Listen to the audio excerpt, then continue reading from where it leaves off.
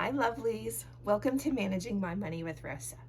Today we're going to take a look at my debt and where we are in our debt-free journey. If you're new here, my name is Rosa and my channel is all about my personal financial journey. It is about spending, it is about savings, it is about paying down our debt and just trying to get ahead. If any of that is of interest to you, please take a second, hit subscribe down below. If you are a subscriber, thank you so much for coming back and spending a little bit more of your time with me. I can't tell you how much I appreciate it. And everybody, please take a second, smash that thumbs up button. All right, so let's get started. I 2 years ago told not 2 years ago, a year ago, just over a year ago, I told my husband that my goal was to be out of debt, everything except for the house. We were sitting on the front porch as I patted the front porch. And he looked at me and he thought I was absolutely crazy. And he just kind of goes, okay. And since that day, I have made deliberate choices and intentional spending on our budget to help bring that down. I found this debt tracker from the Budget Mom. It was a freebie that I was able to print. I will continue to use this, although I'd really like something cuter. I'm not too into the whole green thing, but it was free other than I had to print it, which means I needed access to a printer, colored ink. But it takes care of what I needed to do. And every month it started the year with what was my starting balance. And then I put in what was my payment, what was my new balance. And I've been able to do that. And across the top, I was able to put in what my debts are. Now, I needed 2 pages in order to do this. We currently have only a couple of things that we owe money on, but we still do owe money. I have a car, e-car. My daughter has a car, which her and I co-signed for her, so really I'm on the loan, but I am not responsible for it. But because it's part of my official debt, I do track that debt. We had an RV. We have since sold the RV. It had some issues. In order to repair it, it was going to cost a good amount of money, and instead we were able to sell it to someone who has since fixed it, and it is not our problem anymore. So that is at a zero balance, and we don't have to worry about that. I was in an accident almost a year and a half ago in which my car was not totaled. It was totally repairable, and my 10-year-old car we should have paid the $2,000 deductible to get it fixed. And instead, something smart in my brain and my husband's brain was like, oh, we'll just go get a new car. So we financed roughly $25,000 for me to get a new car. Should not have done that, but we did. So that is my car. We are in the process of paying down as well. Student loan debt. So I had a bachelor's degree. We finally paid that off. But then I went back and I got a master's degree. I took out more than I should have. There were 6 of us in the house at the time.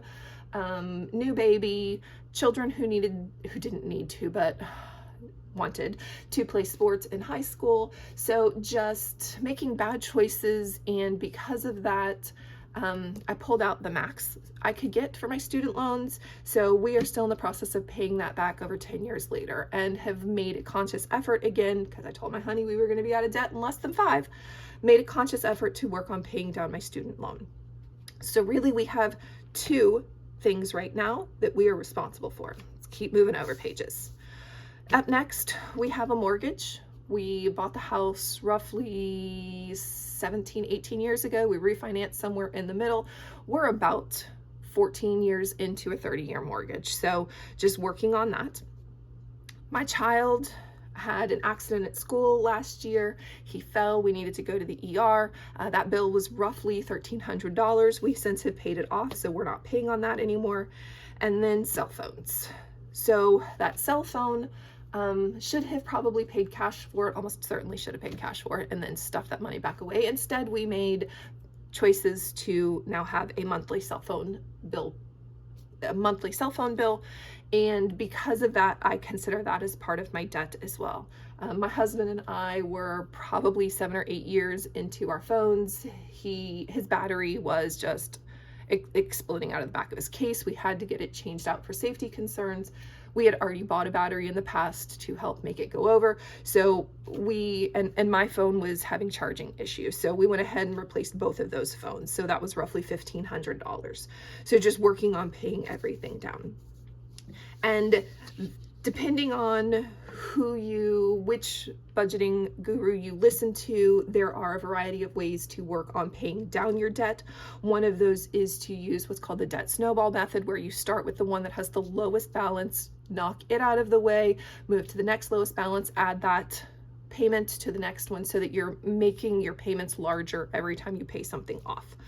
I was kind of working that when it was my RV, when it started with the RV, and that had the lowest balance. It also had the highest interest rate at the time.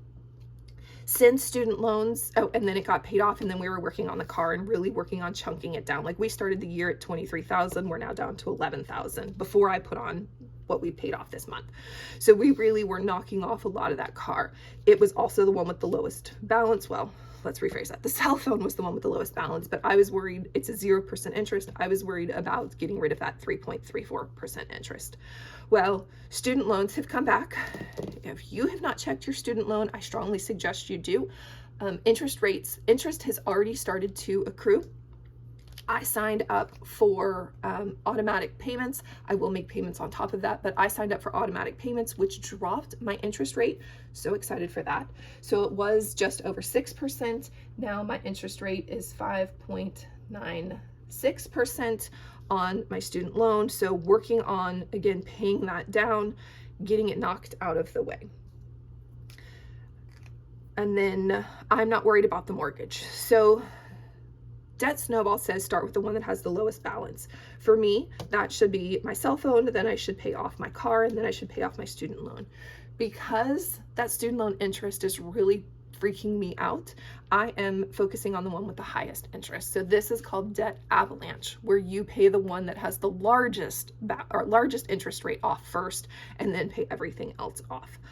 Once we have saved enough money for my daughter's destination wedding, I have a plan in place to put a huge chunk of money towards my student loan, and with all luck in place and nothing coming up where I have to set that money aside for something else, we should have the student loan paid off in roughly a year and 8 months is what I have it budgeted out at. So getting rid of that $32,000 cannot wait. And then the cell phone will be paid off. No, then the car will be paid off, and then the cell phone will be paid off. So it's just snowballing into each other, and cannot wait for that to happen.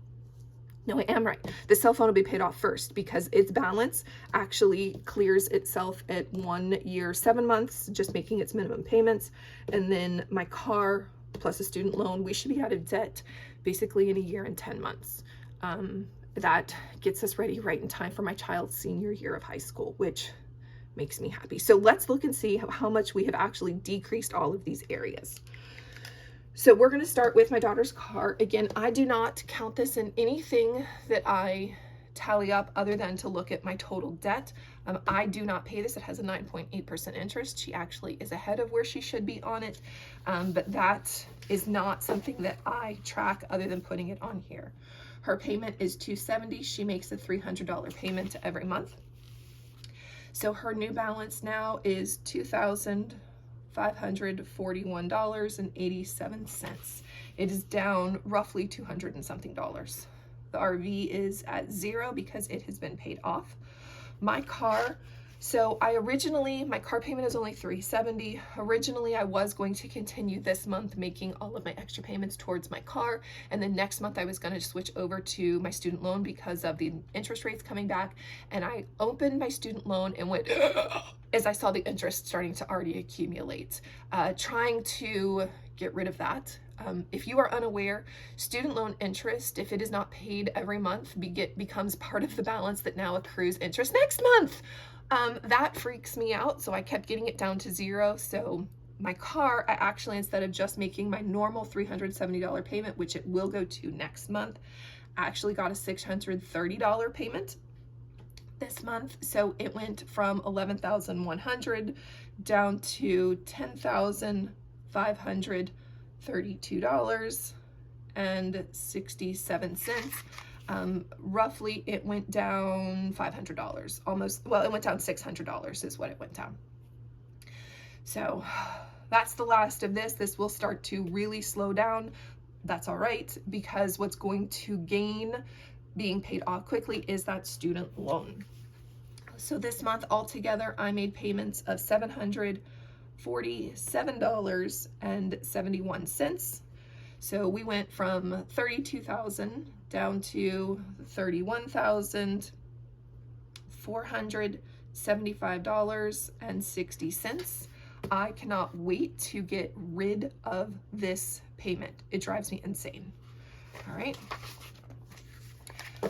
So the mortgage is up next. I am following mostly Dave Ramsey's baby steps, trying those first 4. We have our $1,000 emergency fund, and now I'm trying to get debt free, everything except the house. So the mortgage is not one that I am worried about. It will happen when it happens. So we only make minimum payments on it, which is $1,190. It brings down the mortgage like $300 every month just because of interest. Drives me crazy, but that's neither here nor there.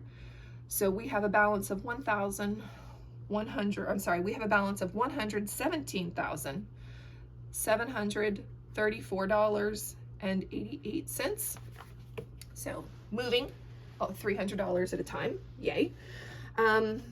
His stitches were paid off, so that's a 0. Cell phones, we made a minimum payment of $65.42. This is really the only one that excites me because I know that it actually goes down what it says it's going down. So we now have a payment of a balance of $1,136.86. Yay! So those are 1, 2, 3, 4, 5. Our 5 debts. Really, I only consider it 4. That's my child's debt, but I do roll it in anyways.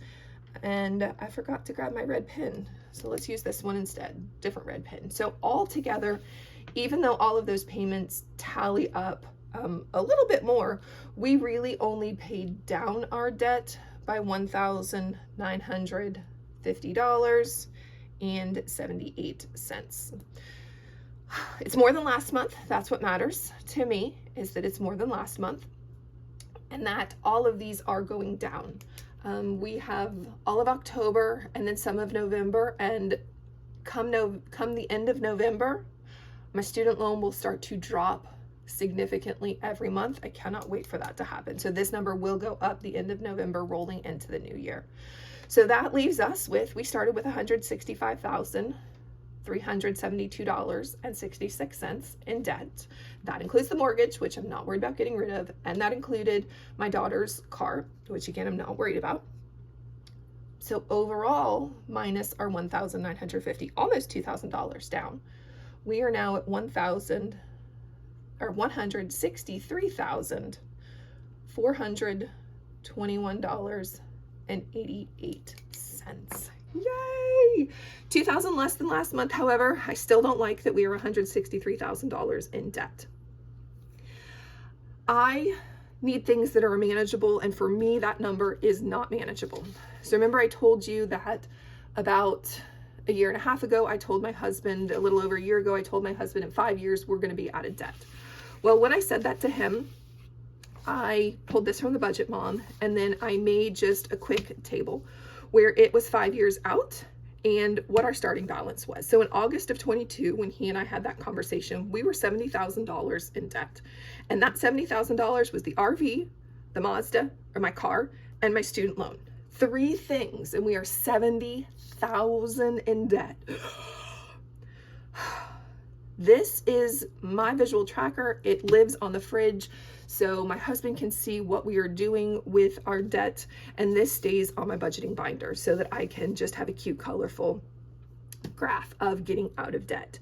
So a year and 3 months after I told him in 5 years we're going to be out of debt, we are down to $42,008.27. Yay! Now, I'm excited that we're down to $42,000, but I do still have anxiety about that $42,000. That $42,000 is my student loan and my car payment, and just working on making it go away. Now we went down $1,200 between those two last month. I cannot wait until December when it really starts to huge chunks come off. So as we start October, that is where we are. and just can't wait for this stuff to get paid off. This is a stressor and an anxiety. For me, that $42,000 is $370, $230, hold on, $370, $230, and $65. Those three things alone are $665 that I could spend or I could save on other things. So I cannot wait to get those taken care of. The plan is, again, to be out of all of this in 1 year and 8 months. So that's even faster than what's on here. That's faster than my 5-year goal. And I cannot wait. If you have any questions or just want to say, hey, I'd love if you drop it in chat. And I hope you have a great day. Bye, guys.